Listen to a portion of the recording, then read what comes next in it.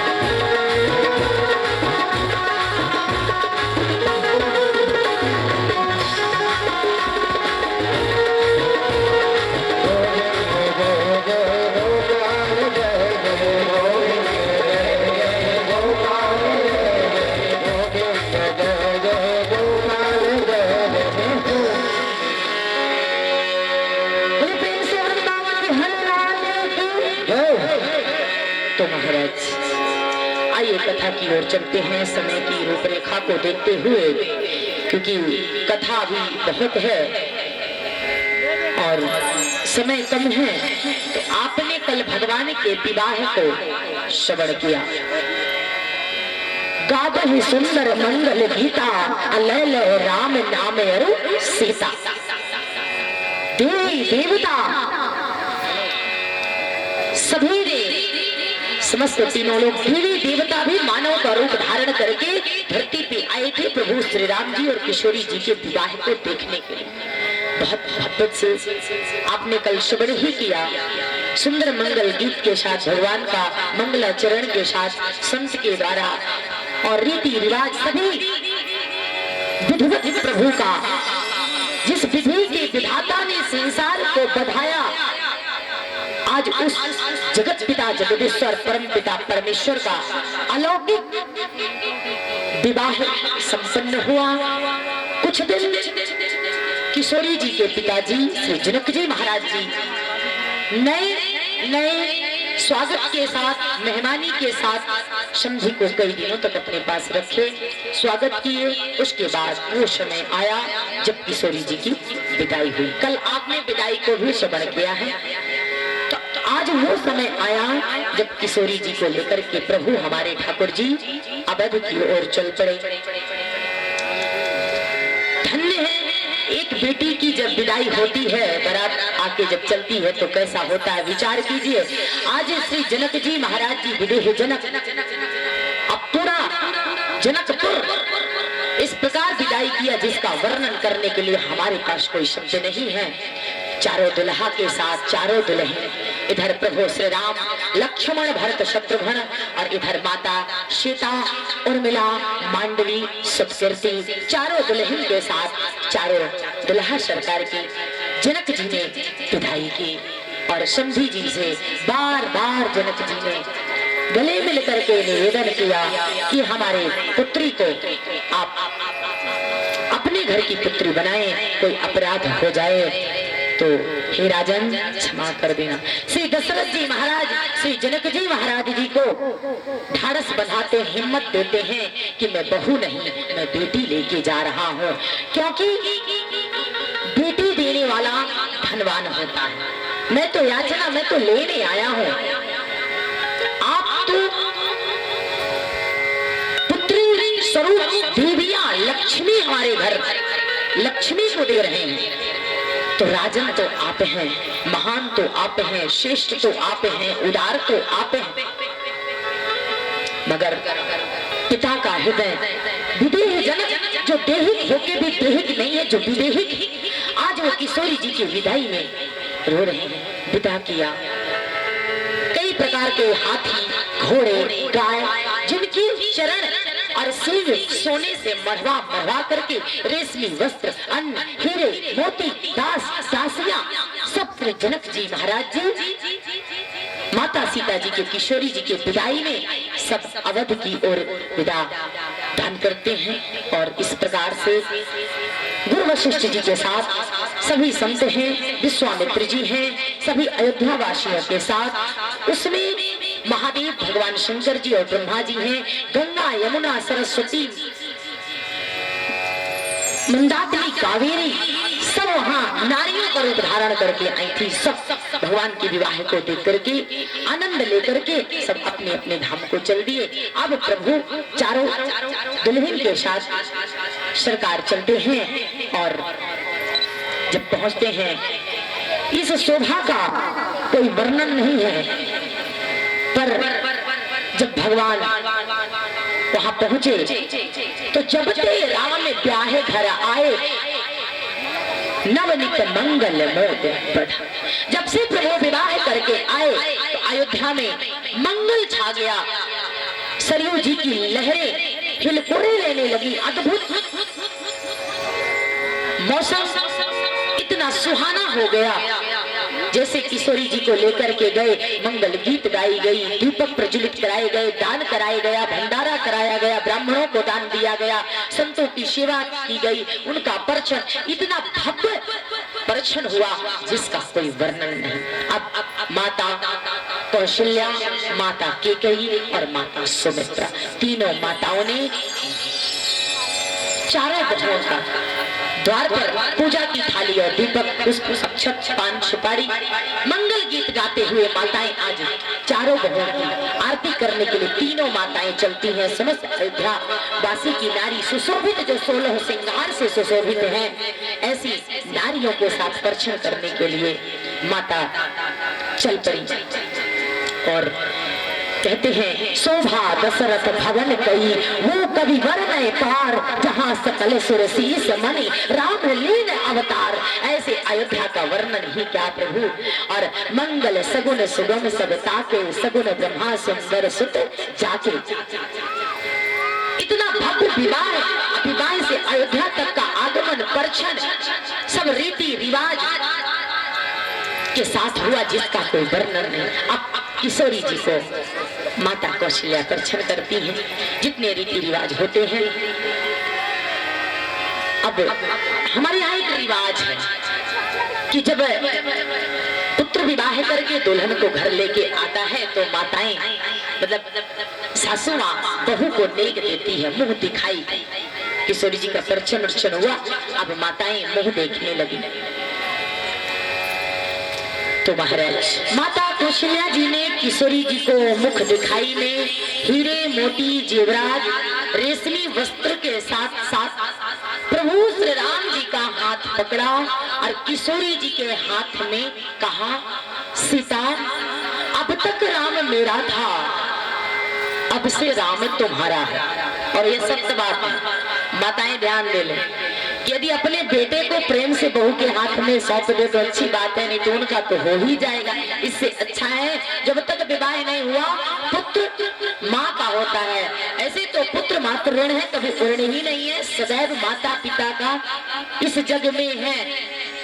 माँ बेटा का इस जगत में बहुत निर्मल रिश्ता है, परंतु फिर भी जब विवाह हो जाता है तो फिर पत्नी का भी अधिकार हो जाता है। आज माता कौशल्या जी प्रभु श्री राम जी का अपने पुत्र का हाथ माता सीता जी के हाथ में देती हैं, कहती अब तक राम मेरा था, अब ये राम तुम्हारा है। और सीता एक नाम देती हूँ जो गुप्त है, मेरा राघव मेरा राम का तुम सदैव ध्यान रखना। सीता इसका नाम करुणा निधान, और इस नाम को कोई नहीं जानता था। माता कौशल्या जी ने गुप्त रूप में माता सीता जी को दिया। यह स्तुति भी है कि करुणा निधान सुजान शील शनि हो जानत रावरो, मतलब हमारे प्रभु जी इतने करुणा वर्णालय हैं जो बिना कारण के करुणा करते हैं। तो माता जी ने नाम दिया। मुख दिखाई में हीरे मोती जेवरात का तो कोई वर्णन ही नहीं। अब नंबर आता है माता कैकेयी जी।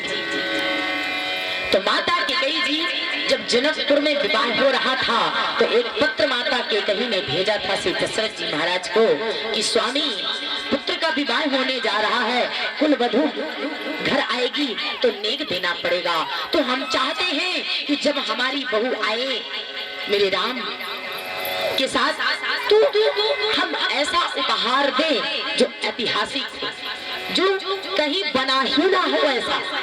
तो श्री दशरथ जी महाराज जी ने कहा कि ठीक है देवी, सुंदर थी, प्रिय थी, छोटी थी, बड़ा स्नेह श्री दशरथ जी महाराज माता की कही से करते थे। माता की कही जो कह देती थी श्री दशरथ जी महाराज जी कभी उस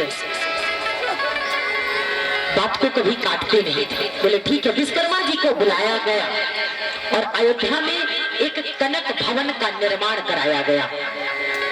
कनक मीन्स सोना, यानी सोने का महल बनाया गया, अद्भुत, जो तीनों लोक में नहीं था, ऐसा कनक महल बनाया गया विश्वकर्मा जी के द्वारा। और बनाने के बाद जब माता किशोरी जी आई तो उनको मुख दिखाई में माता किशोरी जी ने कनक महल दिया। अब नंबर आता है माता सुमित्रा जी। माता सुमित्रा जी ने हीरे मोती जेवरात वस्त्र सब कुछ देने के बाद लक्ष्मण जी का हाथ पकड़ा। उपहारों में ध्यान दीजिएगा किस प्रकार माता सीता जी के अपने बहू के किशोरी जी के मुख दिखाई में माताएं कैसा नेक दे रही हैं। माता सुमित्रा जी ने लक्ष्मण जी का हाथ पकड़ा और कहा, लक्ष्मण आज तक मैं तुम्हारी माँ थी, आज के बाद सीता भाभी तुम्हारी माँ है। इसलिए कहा गया है कि देवर और भाभी का रिश्ता माँ बेटे के समान होता है, भाभी माँ समान होती है। आज माता सुमित्रा ऐसी माँ ऐसी सास कहीं आपने देखा कि आते ही बहू को अपने बेटे को सौंप दे सेवा में।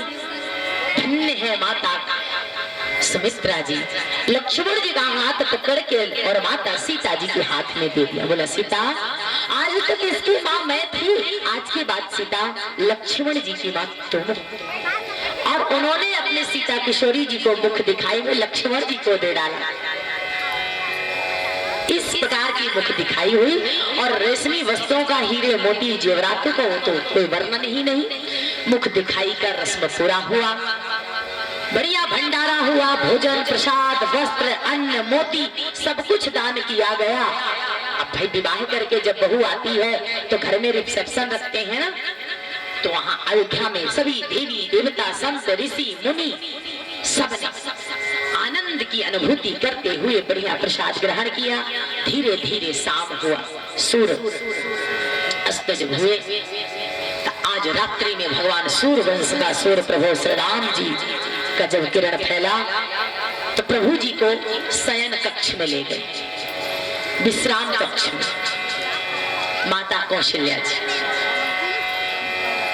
माता कौशल्या जी विश्राम कक्ष में ले गई। देखिए शयन कक्ष, विवाह के बाद किस प्रकार किशोरी जी का विश्राम कराया जाता है। माता कौशल्या जी पलंग पर शयन विश्राम कक्ष में क्या किया, बीच में अपने लेट गई और एक तरफ किशोरी जी को ले ली और एक तरफ प्रभु श्री राम जी को। ये विश्राम था क्योंकि उम्र बहुत कम थी, उम्र किशोरी जी की 7 वर्ष, ज्यादा उम्र नहीं थी। अब प्रभु श्री राम जी की भी आयु बहुत कम थी। तो जब विश्राम कराने सासू माँ ले गई तो एक तरफ राम को सुलाई और एक तरफ सीता जी को सुलाई। और जिस प्रकार एक माँ बच्चे को लोरी सुना के सुलाती है ना, उसी प्रकार माता कौशल्या दोनों को सुलाने लगी। धन्य है कौशल्या, सास हो तो ऐसी। देखिए यदि अच्छी सास बनना हो तो पहले, यदि सीता जैसी बहू पाना है तो कौशल्या जैसी सास बनना पड़ेगा। यदि राम जैसा बेटा चाहिए तो दशरथ और कौशल्या जैसे माँ बाप बनने पड़ेंगे। कहते ना, कुछ तुम बदलो कुछ हम बदले, कुछ तुम बदलो कुछ हम बदले, ये सारा जमाना बदलेगा। गंगा की कसम, यमुना की कसम, पर्वत का सुहाना बदलेगा। इसलिए हम सामने वाले व्यक्ति को ना सुधार करके हम स्वतः सुधरे। तो जब हम सुधरेंगे, सुधार मेरे अंदर आएगा तो सामने वाला व्यक्ति ऑलरेडी सुधर जाएगा। आज माता कौशल्या जी उनको शयन कराती हैं और शयन कराने के बाद भगवान प्रभु श्री राम जी के मस्तक में हाथों को घुमाती हैं और पूछती हैं। कहते ना, first is the last, first night की बात है। अपनी पुत्र प्रभु श्री राम को, पुत्र तो है मगर सीता जी को पुत्री समान करके दोनों को सुलाया। और फिर राम जी से कहती हैं कौशल्या जी, क्या कहती हैं, मार्ग तात भयावन भारी, अकेही विधितात ताड़का मारी। अरे राम, मैंने सुना है कि ताड़का बड़ी भयावनी राक्षसी थी। राघव, तुम यहाँ से विश्वामित्र जी के साथ गया, तुमने ताड़का को किस प्रकार मारा राघव? कहीं भी ताड़का मारी। माता ने श्री राम प्रभु जी से पूछा। प्रभु श्री राम जी ने ये नहीं कहा कि माँ मैंने ही मारा। उनको लगा कि यदि मैं बताऊंगा तो माँ को लगेगा कि मेरा ये पुत्र साधारण नहीं है। भगवान होकर के भगवान ने कभी ये माता को अपने एहसास नहीं होने दिया कि मैं नर नहीं नारायण हूँ, और कभी संसार को भी नहीं बताया। जिसमें क्वालिटी होती है वो कभी अपना प्रमाण नहीं देता, उसका कर्म ही उसका प्रमाण, उसका नाम, उसका पहचान होता है। प्रभु श्री राम जी ने कहा, माँ ऐसा कुछ नहीं है, सकल अमानुष कर्म तुम्हारे, केवल कौशिक कृपा सुधारे। माँ तू मेरी माँ है, तुम जानती हो मैं ऐसा कुछ कर सकता हूँ? बोले हाँ राम, विश्वास नहीं होता, मेरा राघव इतनी कम उम्र का, इतनी कोमल कोमल हाथ पैर है और इतनी भयावनी ताड़का का वध किया। नहीं मैया, तो सब गुरु जी की कृपा है। गुरु को नाम दे दिया। तब तक बोले अच्छा। फिर कहा, राम एक बात और, अच्छा तूने ताड़का का वध नहीं किया, मगर एक बात बता कि जिस धनुष को 10,000 हाथियों के द्वारा लाया गया, उस धनुष को बड़े बड़े राजा महाराजा यानी 10 मुख 20 हाथ वाला रावण भी हिला न सका, उसको तूने तोड़ा कैसे? तू जब पुष्प को उठाता है तो तेरे पसीने आने लगते हैं, तू इतना कोमल है, तो तूने इतनी वजनदार धनुष को किस प्रकार खंडन किया राघव? नहीं माँ, मैंने धनुष का हाथ तोड़ा, मैंने धनुष को छुआ, वो टूट गया। प्रभु की लीला।